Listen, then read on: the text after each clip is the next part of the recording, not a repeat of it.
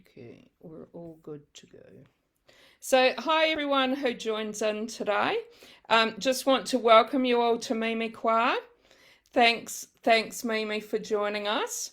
So, Mimi has been an Australian journalist and television reader on the ABC and Nine Network for 20 years, as well as an actor and presenter appearing in commercials and Foxtel, Stan, and ABC TV series. She and her partner John live in Melbourne with their 4 children, a cavoodle and a Burmese cat. Mimi loves to paint and write, and her memoir is her first book, so that The House of Kwa, hope everyone can see that, which I've just finished reading and was just saying how much I really, really enjoyed it. A very traumatic at times and very emotional memoir. So thanks so much for joining us. Just wondering if you want to tell us a little bit first about your book before we go into some questions. Thank you. Yes, I will. First of all, I just have to slightly correct that introduction. I now have 2 cavoodles because we just got a puppy today. So wonderful. I'm looking forward to a sleepless night tonight. She's so cute. I can imagine. Anyway, so 2 cavoodles and a Burmese cat. So House of Kwa is a 4-generational epic family saga that really wends its way from the imperial compound in Beijing and my family Kwa Strand dynasty down to southern China and then across to Hong Kong, where I really explore how the family and my father in particular were affected during the Second World War and the Japanese occupation. And then I look at my dad's migration to Australia, my high-flying, very cultured and sophisticated, glamorous auntie's life as an air hostess in the 1950s.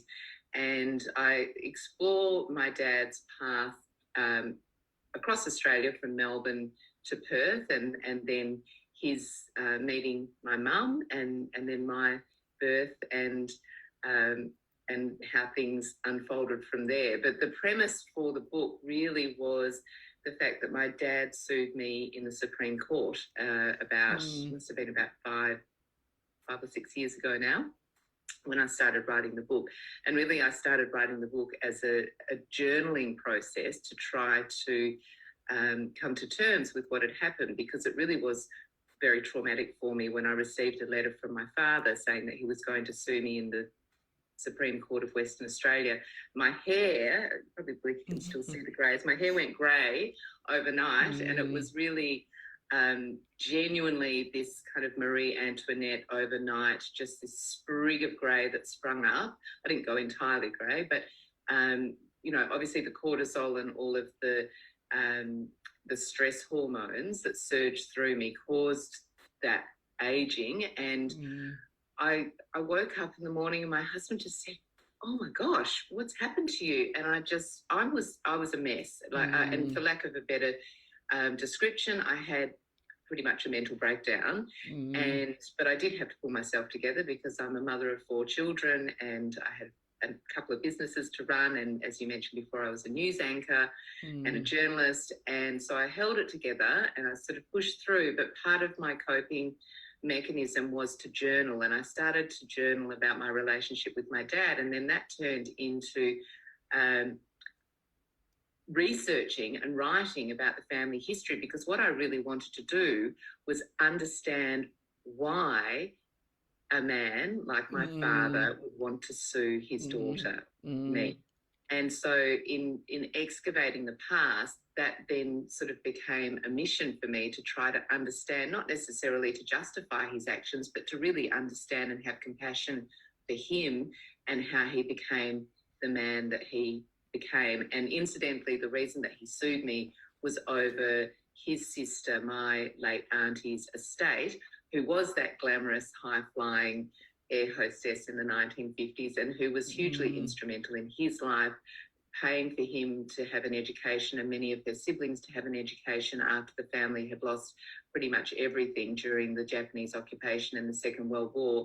So she was like a mother to my father, and she was also in some respects like a second mother to me. And so we were both very close to her, and the fact that it sort of came to a legal battle in, sort of almost the highest court was extraordinary and unbelievable to me, but amazing that it actually was what sent me on this journey to research what I have found to be an extraordinary family background. And the thing I think that you didn't mention as well is that your father, was he the youngest of 32 children? Oh yes, I forgot. I found that was yeah. That's actually the fact that throughout my whole life, since I was a little girl, when I said, "Oh, my dad's one of 32 brothers and sisters," people's jaws would just drop. I can imagine. And and I can't believe I forgot to mention that in the story, summary. So that again was something that was a thread throughout my life where I thought, okay, there is a story there, but I got so caught up in my journalism, in my career, in motherhood and in family that I just didn't have or find the time to look into it. I still told this, stories at dinner parties, and my dad's one of 32 brothers and sisters, and as an adult, people's jaws would drop and I would tell them a bit of the family story, but I still hadn't really thought about it as a book, although lots of people throughout my life had said you should write a book, but it really wasn't until I guess I had the impetus to do so because my dad sued me, and it triggered me to go back to really go through this family and self-exploration. And when you first started off doing the journal, did you ever think that it would become a published novel? Well, I did when I started writing when I was in Hong Kong. I was actually in a taxi on the way to Hong Kong airport, and the taxi broke down on the side of the freeway. None of this made it into the book. I was like sort of jotting notes down saying I'm in a taxi on the side of the freeway and I feel like I need to come to terms with my family history, and I was writing all this stuff down, and the taxi driver was trying to communicate with me, but he didn't speak English and I don't speak Chinese, and he ended up carrying my suitcases with me walking behind him along the freeway for about 1.5 kilometres to get to the airport with all the traffic zooming past us.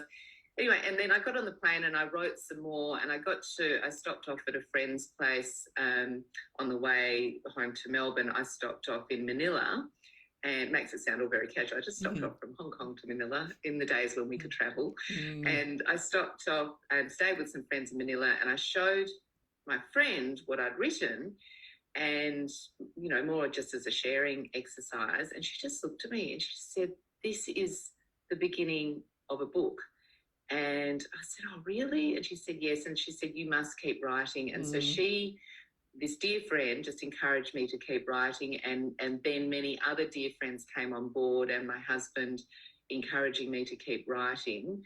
And so I did. And then, so after 5 years of writing, I actually put together a manuscript that has now become this book, which is miraculous to me, because that 5 years that I wrote the book, I was basically in between, work and running my businesses and raising a family.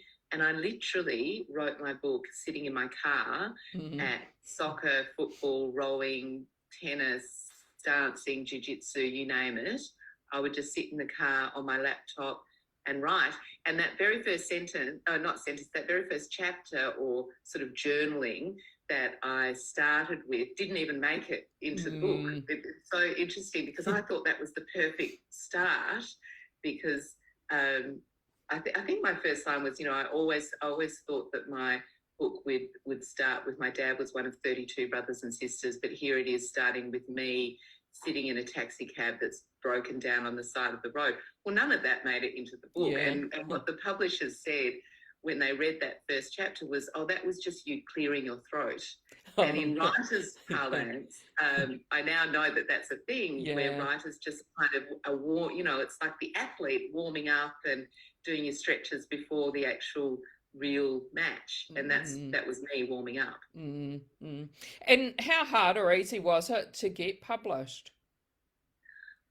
I think I had a series of very serendipitous events, to be honest. Like I think everybody's publishing journey is very different. And I do know that some people are approached to write their book by publishers. You know, people who are quite famous or well-known will be approached to write their book where they hadn't even thought about writing their book.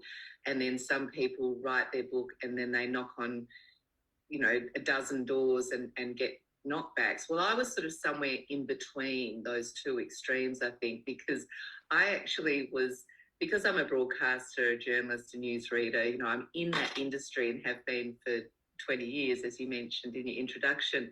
I was actually doing the narration for somebody else's book. And so I was at Belinda, who do the audio books. That's Audible. Interesting, yeah. And so I was actually there, because so I was kind of in that world a little bit, and I was having a chat with somebody and I started talking about my writing, and then she said, I'll introduce you to somebody else.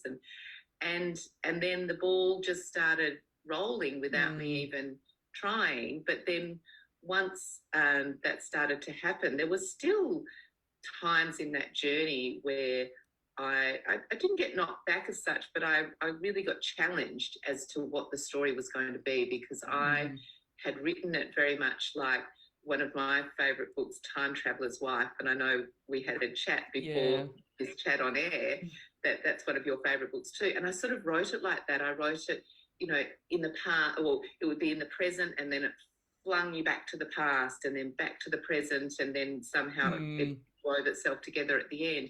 So that's how I initially wrote it. And I'm so pleased that, you know, obviously the publishers know what they're doing, because they're, you know, they're experts, and you just have to, you know, trust, and which I did. But I did resist a bit, because they said, oh no, this needs to be chronological. And I was like, oh no, because, and I wasn't really, I think as a writer, and a lot of writers probably can relate to this, I wasn't thinking about the reader. I was just sort of thinking about my journey, because I would actually be going through life and I would be flung back to the past. So, you know, I could walk down the street, or I could have an interaction with somebody, and all of a sudden I would have this memory and that would take me back. But I think for the reader, that probably wouldn't have been helpful. So the book was completely restructured. So in answer to your initial question, how difficult was it to get published? Well, it was hard, but not extremely difficult. But the actual writing process, once I had a book deal, so to speak, was really amazing. It was challenging. It was nothing that I had expected, and the capable and just wise hands of these, they were all women as well who were in my corner, who just supported my writing journey. It was unbelievable, and it still is unbelievable. And you feel in that world, and I hope that it's like that for every writer, because I've just had such a wonderful experience.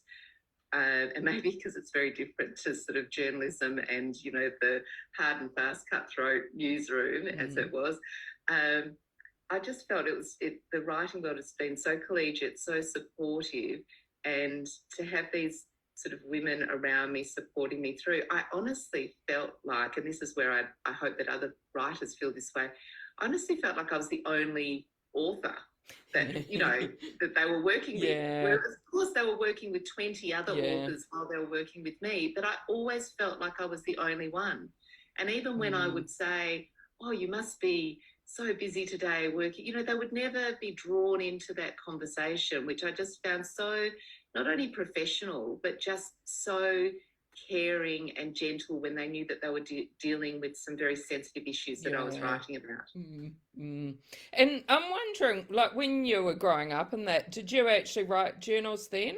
Or was it only when the one that you just started? I did. I wrote so many journals. I was your typical angst-ridden teenager and young girl. So had you kept them and you were able to refer back to them?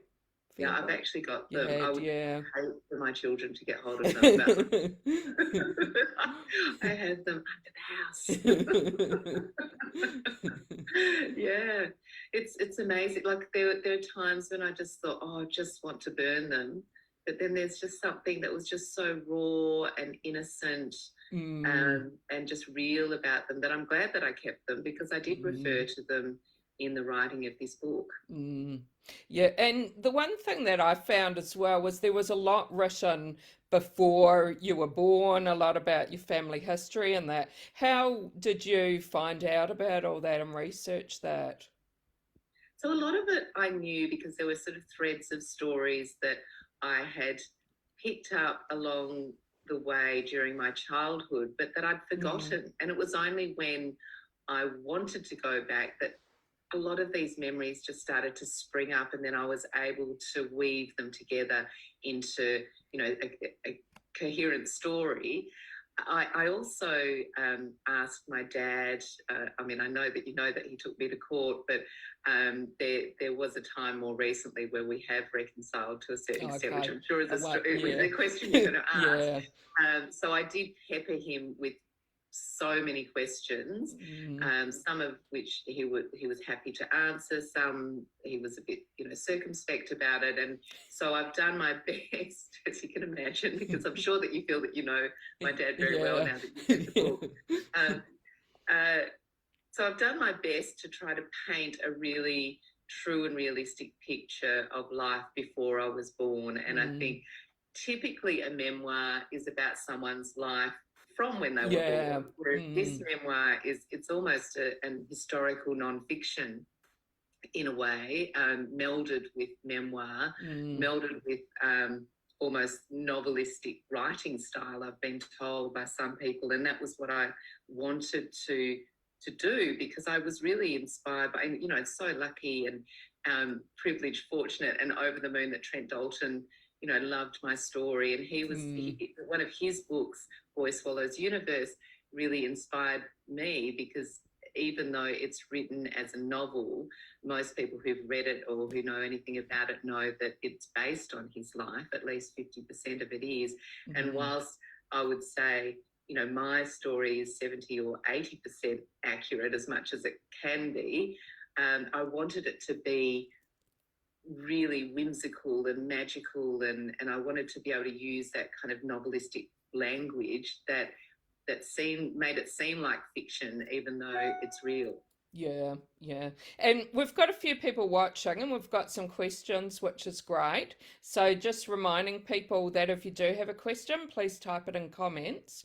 So Kelly says, will your prominent role in the media, do you think, make publicity easier for getting your book out to the public? That's a great question. I think what it does is it makes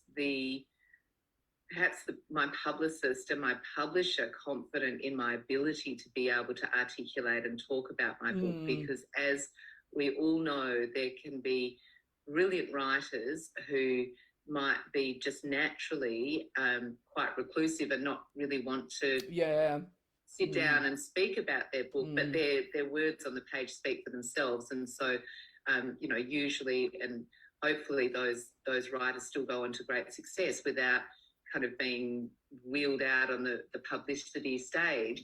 But I think for me, it's not that it's, I don't know. I guess it's a bit of both. I suppose because I'm confident stepping forward and speaking about my story, and I can articulate it in, sort of a confident way in the media, I suppose that may mean that media are more happy to have me on, because they know that I'll be acceptable talent, to use a media term. I hope that answers the question. Yeah. And could you tell us a little bit about what sort of publicity you have been able to do? Yeah, so because House of Qua is part of the HarperCollins ABC Books family, that has been an amazing avenue into interviews on ABC Radio across Australia. And actually, I've worked for the ABC for 20 years, give or take. So that in itself has been a lovely connection to Auntie, as in Auntie ABC, not Auntie Teresa in the book. And the Australian newspaper, the Weekend Australian's doing a feature that they'll publish, I think, in a week or so. I have to say, there's been lots of little bits of publicity and big bits, like Vogue magazine, a little snippet in there. I know Who magazine's doing something. Mamma Mia have interviewed me and I've written a piece for them. and a few New Zealand radio stations, which I've just been so flattered and honoured to be on, and had some wonderful conversations. And I was actually interviewed yesterday by Gabrielle, who was a great role model for me when I was just starting out, and she was a very prominent news anchor at the time, and she still is a very prominent television personality. But when I was starting out, I just used to watch India and I Do on television and think, oh, I want to know what she's doing. And the fact that I ended up behind the news desk for 15 years is amazing. Yeah. Sorry, I've digressed from your question, but what I want to say is it's amazing for me, having asked the questions for 20 years, having done what you're doing now. You're asking me the questions, you're the interviewer. I've been in that role for 20 plus years, asking the questions and telling other people's stories. So to actually be in this position now where I'm answering questions, where I'm able to be completely vulnerable and be myself, it's an amazing new experience for me to be on the other side of the microphone, so to speak. Yeah. And before I said how much of an emotional and traumatic time it sounds like in your book, how did you go about writing that and bringing up all of those thoughts from the past?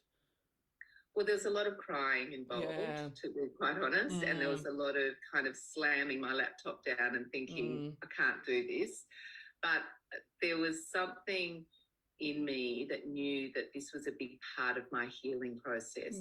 So long before I got a book deal, as I mentioned before, it took me 5 years to write this book, and really I was only signed up with HarperCollins, a publisher, a year ago, or just over a year ago. So really for 4 years, I was just writing solo with no kind of support team around me.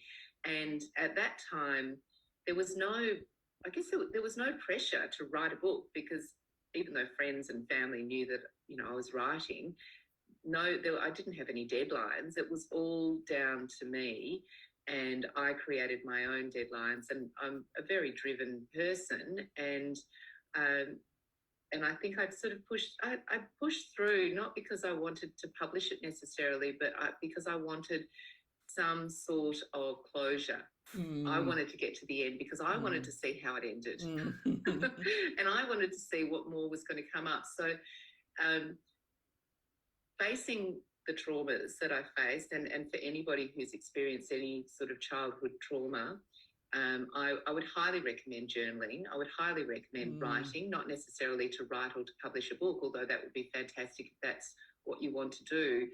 But just the process of writing itself was so healing for me, and that combined with seeing a psychologist, getting proper professional support, with being kind to myself, developing self-compassion, doing yoga, going for long walks, listening to inspiring podcasts, reading a lot of books just to expand my own empathy for other people's experiences, which is what I've always done in telling other people's stories. But I think that intense time when I was writing my own, I just needed to be reminded that I was not alone. And what about your close friends? And is that something you had spoken before openly about, or were they really, really surprised when they read your story? That is an amazing question, because I've literally had, just this week, Jackie, I've had so many phone calls from friends, some saying that they're too nervous to pick up the book because it's sitting by their bedside table and they're so proud of me, but they just know, it's so close to home for them because they know a few of the things in there, but they know that there's more. And so none of my friends know the whole story. The whole story is there in the book, but different friends might know different parts of the story, because I've never really carried it, I've never carried my grief as a badge of honor. I've just been a positive person quite naturally, and just sort of stepped through life thinking that I'm okay. It was only when I started writing the book that I realized I'm not really okay. I need to deal with these things from the past. And then I have other friends who have read it, who have just said, oh my gosh, it's a page turner, but that they got to some of the more difficult scenes in the story and just cried. And just wanted to give me a hug, but just knew that they needed to, some of them would I had one friend who started the book, and before it got to any of the difficult parts, she was like on page 6, and she was like, was there really a choir brush that was handed down? You know, she was just, like every 5 minutes. She wants to check on the... Yeah. And I was like, just read it. So funny. So yes, a myriad of different reactions from close friends. And I've actually had some distant choir relatives who I've never met, never heard of. They'd never heard of me before. They might have seen me on television but not known that we were related, who contacted me through Facebook or on Instagram. And I had a message, this morning, okay, it's all the days blur into one, but this morning from a choir who is like a second or fourth cousin.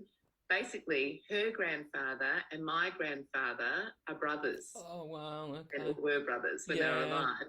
And so she's a different strand of choir, but she's read the book, and she contacted me to say that she's read the book and just how moved she was by the story and how much she could relate to the story and the history of choir and just the sort of the idiosyncrasies and the nuances that, you know, have cascaded down through the centuries.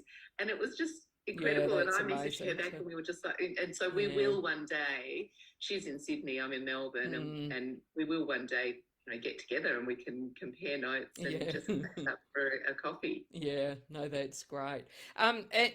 Kelly wonders, like you did speak about your dad after and that you have had a bit of a reconciliation and that. What does your father think of you publishing the book?